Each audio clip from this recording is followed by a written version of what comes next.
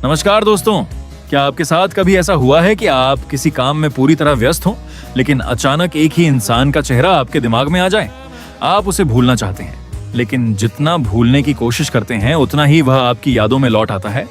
कभी उसका नाम सुनकर, कभी कोई गाना सुनकर, कभी कोई खुशबू महसूस करके, या बिना किसी वजह के भी।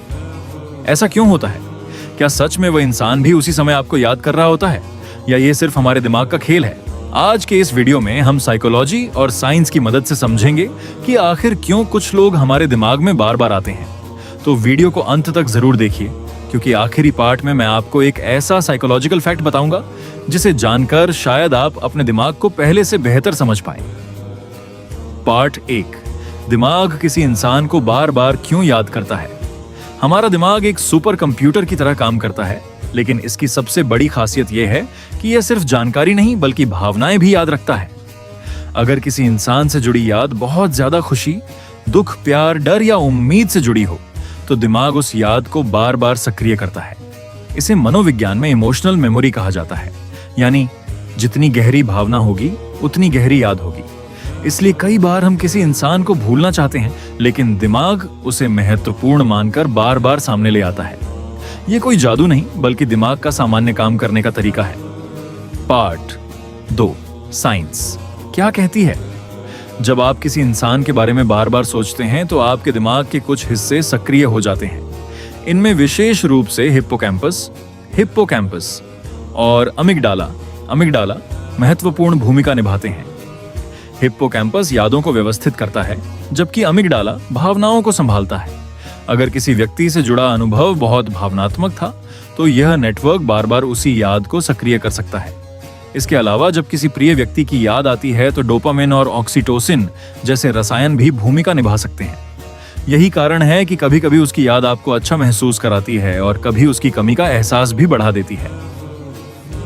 पार्ट 3, क्या इसका मतलब है कि सामने वाला भी तुम्हें याद कर रहा है? ये इंटरनेट पर बहुत लोकप्रिय दावा है कि अगर कोई बार बार याद आए तो वह भी आपको याद कर रहा है, लेकिन वैज्ञानिक दृष्टि से इसका कोई पक्का प्रमाण नहीं है। ऐसा हो सकता है और ऐसा न भी हो। असल में हमारा दिमाग उन लोगों के बारे में अधिक सोचता है जिनसे हमारा भावनात्मक जुड़ाव, अधूरी बातचीत या कोई अनसुलझा अनुभव रहा हो।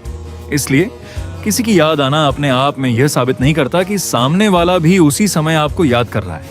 यहीं पर साइकोलॉजी और लोकप्रिय मान्यताओं में फर्क समझना जरूरी है।